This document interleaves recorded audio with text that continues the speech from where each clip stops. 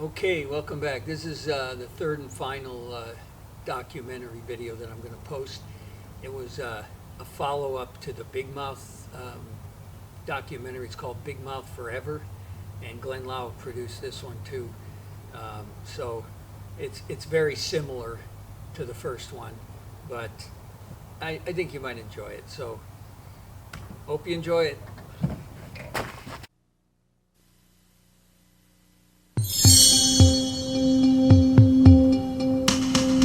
In the beginning was the bass, not quite the beginning of creation, but sometime after the light shone into darkness and long before primitive man made his way onto this continent where bass fed and bred, but had never yet seen a lure implanted with a hook shaped from bone, let alone steel. Big Mouth was predator, not prey.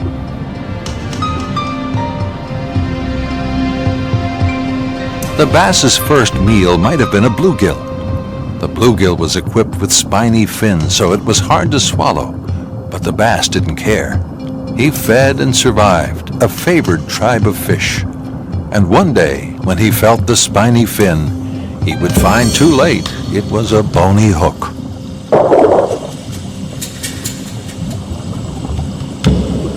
Big Mouth went on with his hungry life. But now he too had become the quarry.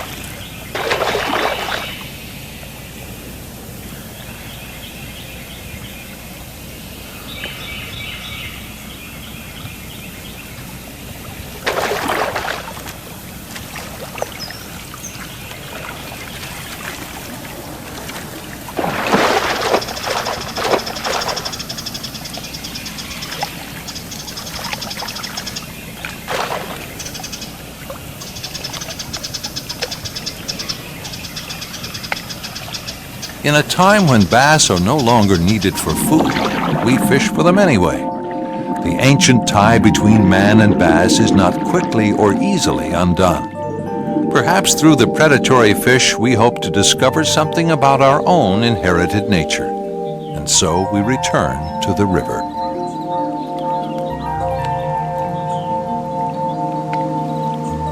On this southern river, one man has spent 1,500 days in the past 25 years, hoping to answer a few of the riddles of Big Mouth's life.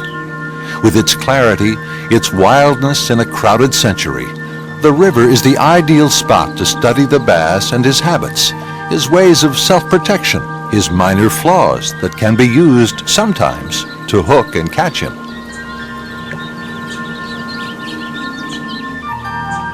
It could be a jungle stream before the last ice age. Beneath its waters rest the bones of prehistoric mammoths. The birds along its wooded banks, long-legged, tent-winged feeders on fish, seem to have survived far past the epoch they were made for. Throwbacks, they live beside the bass and compete with him for the same stocks of forage.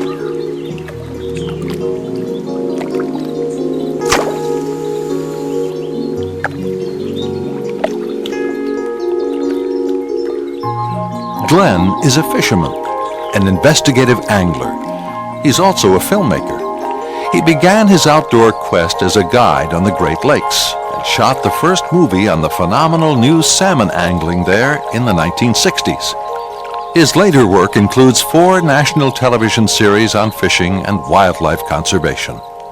But to people who fish for bass, he's best known as that waterlogged guy who filmed Big Mouth, the documentary on the life history of the largemouth bass.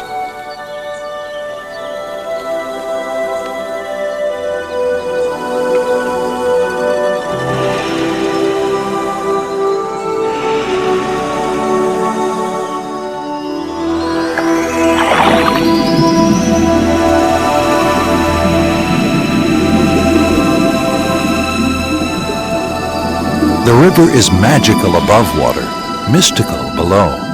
Sunlit galleries of foliage draw you onward, though at first they seem strangely empty of other life. The water looks almost too clean for a country boy like Big Mouth. Most bass waters are a bit messier than this. With the water so transparent, the creatures of the river have learned to hide themselves better than most. These lush beds of eelgrass conceal whole cities of insects and crustaceans and fish.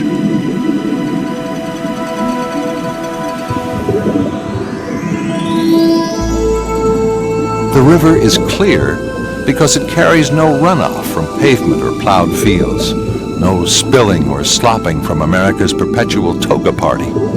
Instead, the water billows up from spring holes in the riverbed, millions of gallons per day, after falling as rain hundreds of miles to the north and filtering through the limestone bedrock. It springs up here at a constant 72 degrees to bathe the bass.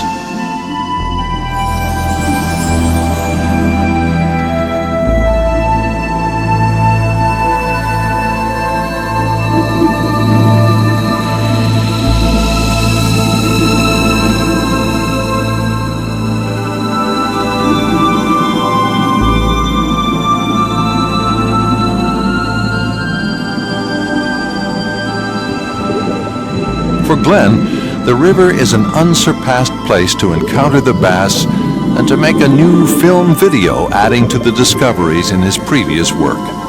It's located only a few miles from the river where the first Big Mouth was filmed. In both rivers, with their spring-fed currents, the bass and other fish live in a house with glass walls.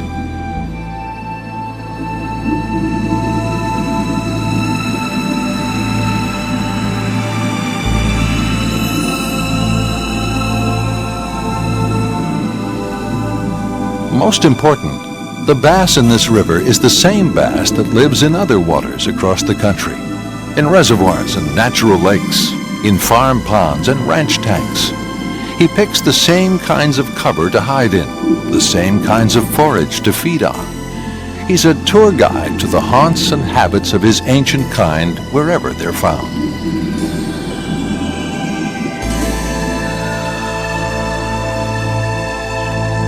When Glen made Big Mouth 2 decades ago, he didn't do it alone.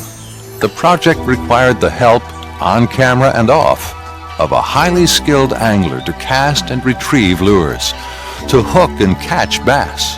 That angler lived nearby and knew the waters and was a longtime friend.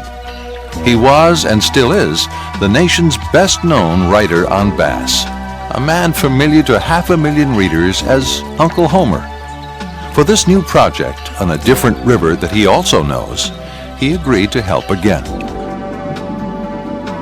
The first big mouth film, as these classic scenes suggest, introduced bass anglers to the creature they fished for, tracing the cycle of seasons, documenting the career of a largemouth.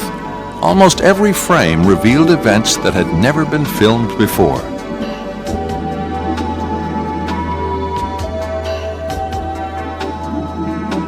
The main character in that movie was the bass. Homer, for his part, was a shadowy presence seen from the viewpoint of the fish. And so, in a sense, he was a stand-in for every angler. He was a human predator who always let his catch go back to the water unharmed.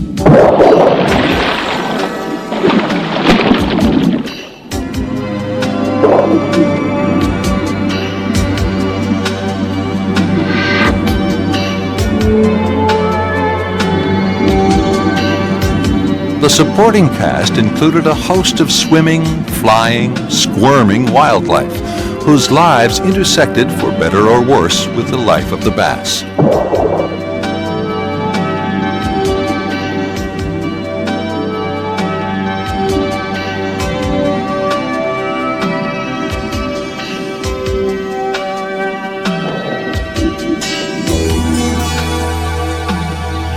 Anglers learned many new truths from the film, anglers including Uncle Homer. Of all the things I learned during the filming of Big Mouth, the one that haunts me the most was when I was using a deep diving crankbait, and on 2 occasions a whopper bass struck the lure and I never felt the hit.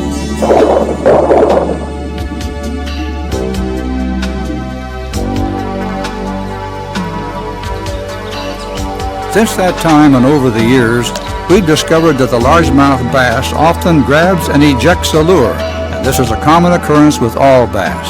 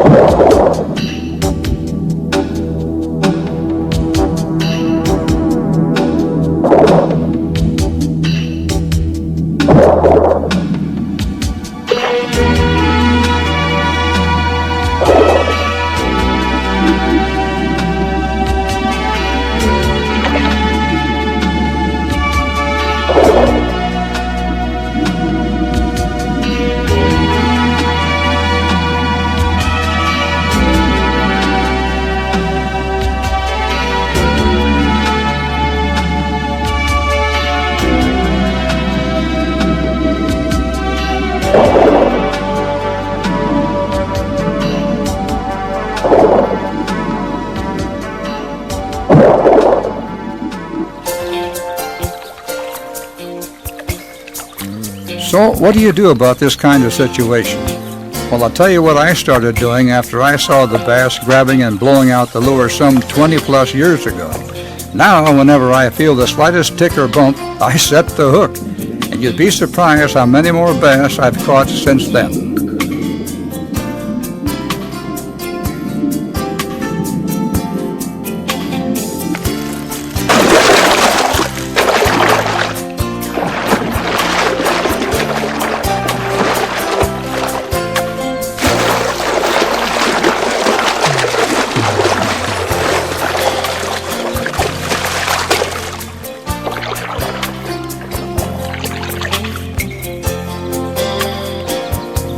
Learning from experience how to fish more effectively is the whole point of this new video. It aims to provide an experience you couldn't get on your own. An intimate underwater look at Big Mouth and his habits as they relate specifically to fishing. Both of the men you've met, working above the water's surface and below, will deepen your view of bass and put more of them on the end of your line. And from the end of your line, safely back to the water.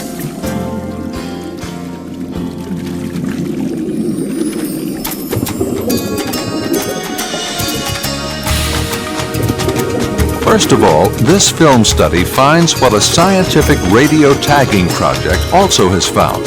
The little-known fact that bass, like people, divide into two different groups based on their like or dislike of company.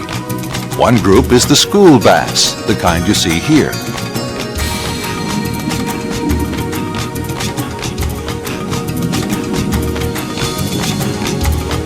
Most anglers are unaware of these school bass and seldom, if ever, make contact with them.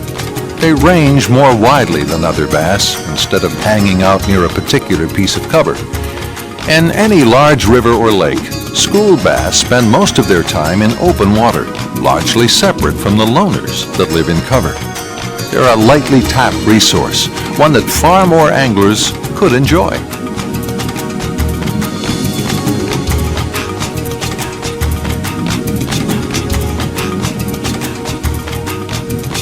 A school may contain dozens of bass. They're longer fish, sleeker and more cylindrical than the sedentary bass that hang near cover. They never wait for their prey to come swimming or crawling to them. Instead, they go out and chase it. School bass are pursuit feeders. They can herd a school of shad or emerald shiners like cattle.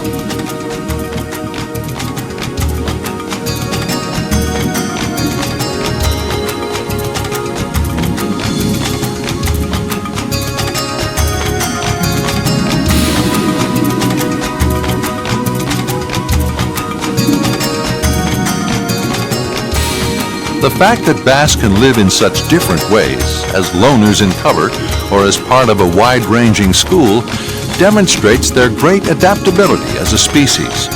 The angler who wants to catch bass at different times and in different places must be adaptable too.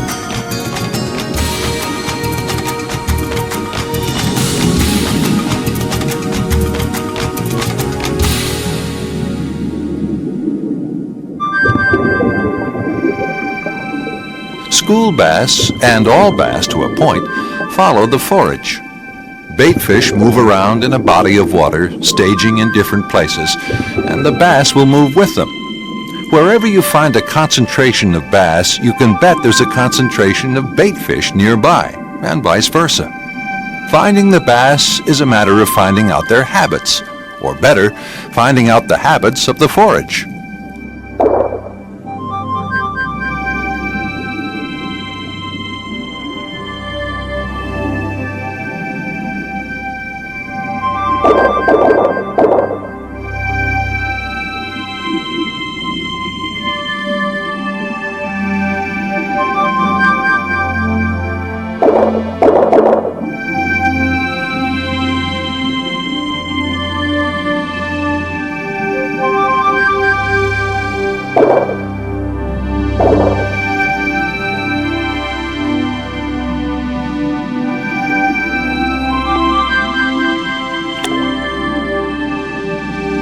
Pick a lure to match the shape of the forage. Slender like a shiner, oval like a shad, and the gap is bridged between man and bass.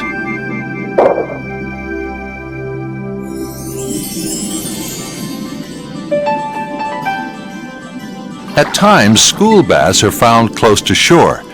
In lakes, they move into coves to feed, and in spring, they invade the shallows to spawn. But inshore cover is really the turf of less gregarious bass, individuals or small groups that would rather just be left alone. With this kind of bass, the key to success is to read the cover, to find their hideouts from signs on the surface.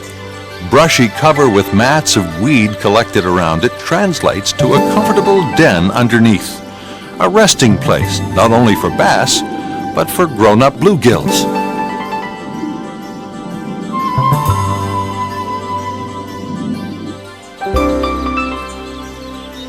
A fallen limb affords another good hideout. Though the bass in this layer may not have their minds on feeding, they can often be coaxed into hitting by a soft presentation so close they don't have to swim for it.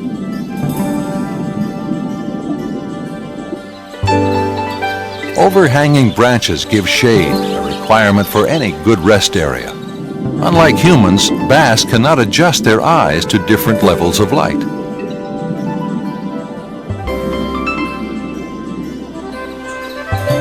A sunken log or a jumble of several may appear to hold only bluegills and other forage, but bass are lurking there too, better concealed. Logs are especially strong magnets for bass if located near a drop-off or close to weeds or other cover. Usually, cover types in combination hold more fish than any type of cover by itself. Safe and lazy, bigmouth holds up in the shade under the woodpile. Weeds are the best places to look for bigmouth. From the top, a weed bed like this may appear too dense to hold good bass. But what seemed a solid mass of weeds may actually be streamers or columns visible here in the background. Bass take advantage of these streamers to break the current, to shade themselves from the sun's direct rays, and to hide from any forage that might drift along. Weed coverage of 30 to 40% of a body of water is ideal in most cases for bass. They station themselves in beds of chara, water milfoil, or hydrilla, like hawks perched on sunken branches. For bigmouth, one of the best weeds of all is maidencane. Beds of maidencane usually are dense enough to provide shade and seclusion, but still open enough for bass to navigate easily. They rest and hide in maidencane. They spawn along the edges of it or in the openings, and they also find minnows and young sunfish in it to feed on.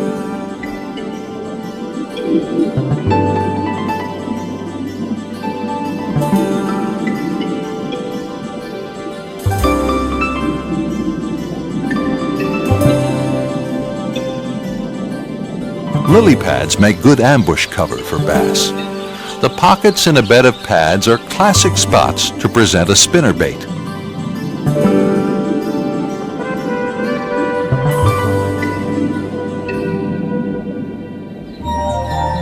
Boat docks are favorite spots to fish for bass, but not all are created equal. Some hold bass, while others, like this one, do not. Any dock provides shade, but that alone may not be enough to attract bass. A poor dock has no other structure or cover nearby, and not much forage. Also, an unproductive dock has no cross braces, only the bare structure of posts. Above the waterline, a hot dock may be indistinguishable from any other. The proof is in the fishing. But even if the fish are there, they may not be easy to fool. The bass that hold under a good dock like this one are probably not in the habit of feeding there. The dock is bass habitat, a secure place to rest, but the forage habitat is somewhere a short distance away where the bass go to feed.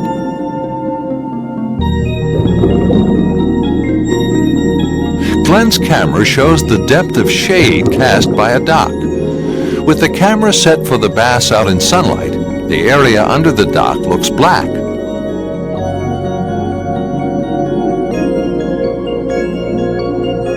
Weed beds nearby make a dock a far more attractive resting place for bigmouth. The same is true of a nearby drop-off, which is much better than a level or gradually sloping bottom. Good cover and structure close to the dock give the bass a convenient spot to go for forage. If bigmouth has to travel a long distance from a dock to feed, chances are he'll find a better place to serve as his base. A dock like this one with weeds and a drop-off may attract and hold bass by the dozen. The fish are well fed and heavy, indicating not only an abundance of forage items close by, but also a variety. Bass need a mixed diet to grow big. Seldom will they make 10 pounds, or even 5, on a single kind of forage. These gambusias are most nourishing when combined with bluegills, other bait fish, crawfish, and occasional supplements ranging from frogs to salamanders. Bigmouth is attracted to the sounds made by bait fish and other forage. For example, the noises produced by fathead minnows when spawning. In many waters, both lakes and rivers, crawfish are abundant and make up a significant part of the bass's diet. Though craws are most often thought of in connection with smallmouth bass, bigmouth eats his share of them too. He begins to do so when only a few inches long.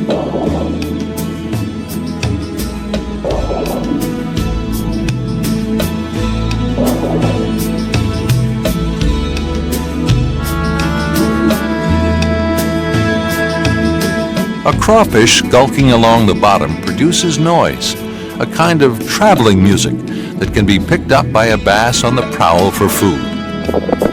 A crawfish doing its own feeding may reveal its presence as it gnashes away at a helpless minnow. These same sounds that a bass can follow to their source can also be detected by an underwater microphone.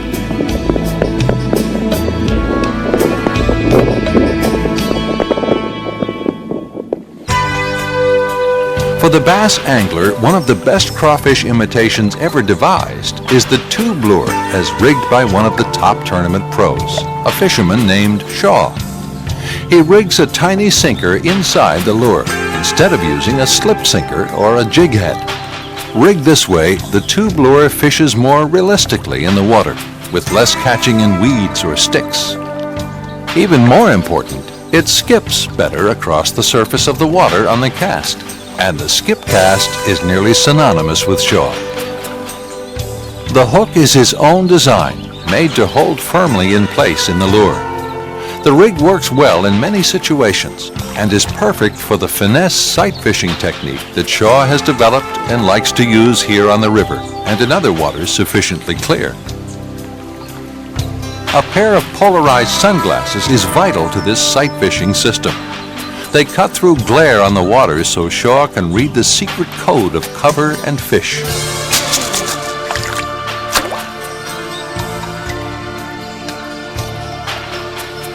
I love bass fishing. Of course, I love all kinds of fishing, but bass seem to be really unique. Most other species you can catch, just about any time. But bass, if you're not doing it right, you just don't get bit. And that's what makes it such a challenge, and that's why I love pursuing them pretty much more than any other species. Skip casting started, what happened is we were fishing docks on the St. Johns River, and we were trying to present little worms under them, and that's how we learned to skip.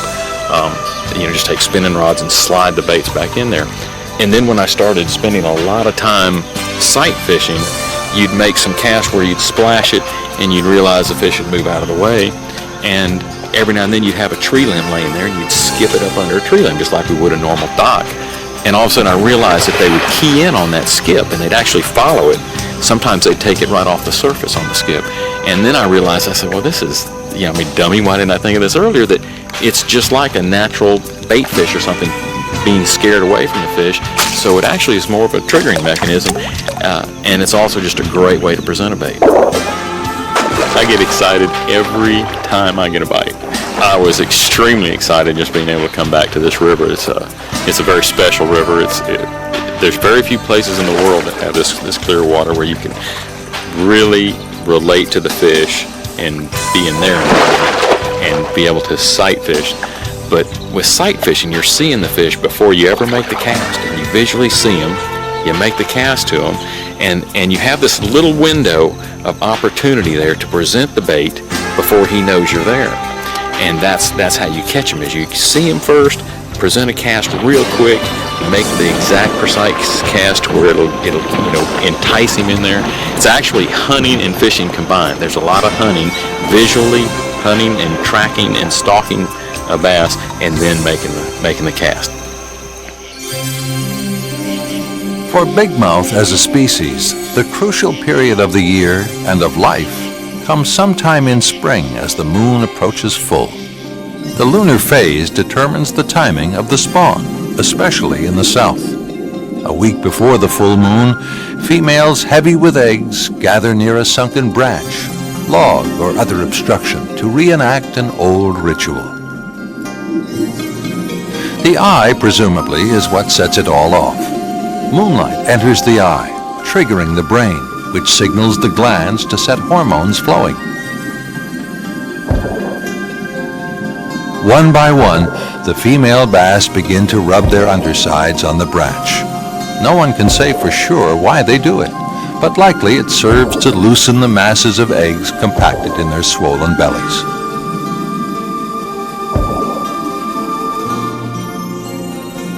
"5 days before the full moon, 4, 3, the strange rite goes on. At 2 days, the bass quit feeding, male and female alike.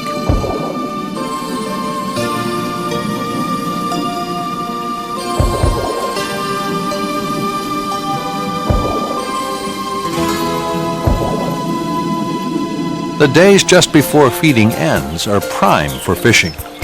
In the south, where spawning occurs on full moons over 3 or 4 months in spring, there's no closed season.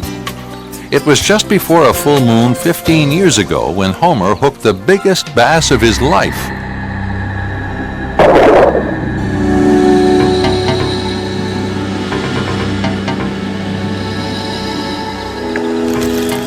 When I set the hook on that bass, and I felt the weight of the bass, held on tightly, trying to get him to come my way away from that cover, it pulled the bow of the boat around.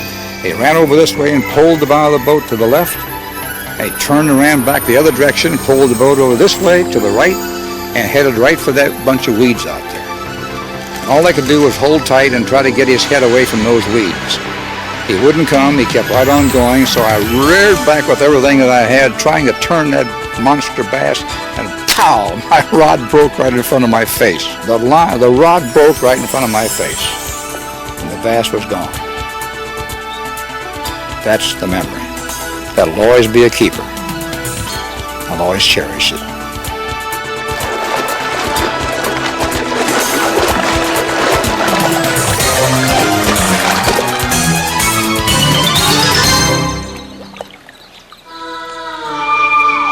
One day before the full moon, the sometimes turbulent courtship begins.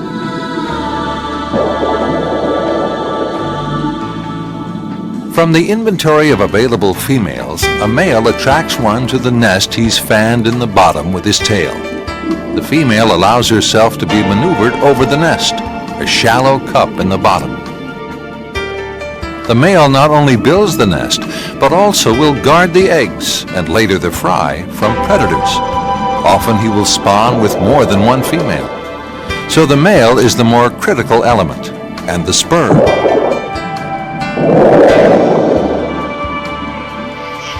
On the full moon, in an act of quivering effort, the eggs are laid and fertilized. As many as 145,000 have been found in a single female, and as few as 2,000.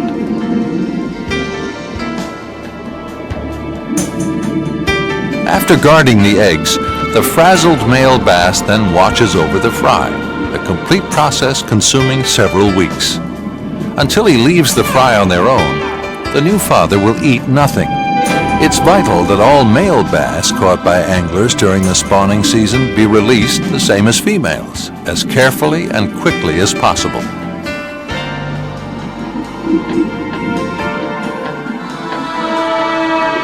When the fry become fingerlings, they rely mostly on insects and tiny crustaceans for food. Later, as yearlings, the same bass have become very competitive feeders and have switched over to a diet of small fish such as shiners. The sooner a young bass begins taking these forage fish, the larger it's likely to become as an adult. It will grow faster than others in its year class and outcompete them for the available forage.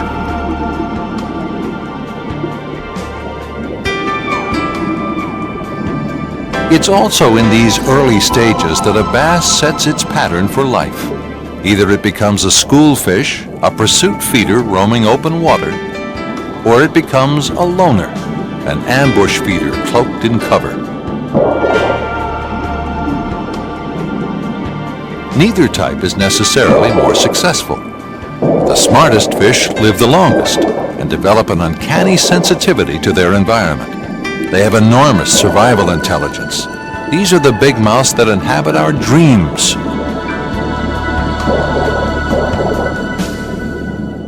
Glen has filmed literally thousands of bass and hundreds of bass lures. But for him, the most exciting shot is always the strike. lure darts or trembles, limps or shimmies, whirls or walks the dog. Then comes that long, exquisite moment before a bass slides in and slurps it.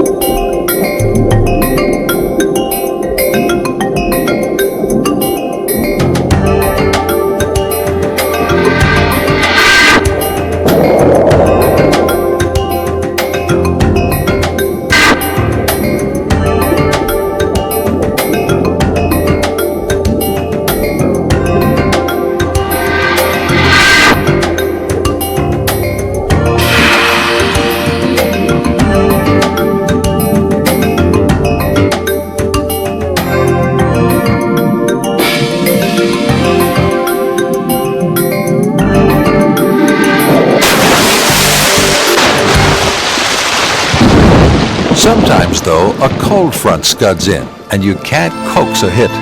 And this is bass fishing, too. Just ahead of the front, it's a different story. Big mouth suits up for a feeding frenzy. No bait fish is safe. This is why fishing is so slow when the front actually arrives. The bass are already glutted. Falling water temperatures may have some effect, but usually the drop is slight. The big cause is bellies filled in a rampage like this. On the trailing edge of a front, bass may not return to normal for a day or two, yet they can still be caught if you fish a lure or bait very slowly and precisely where they've retreated into heavy cover. In fact, some of the largest fish of all have been taken this way. It's bass angling's biggest challenge and biggest reward.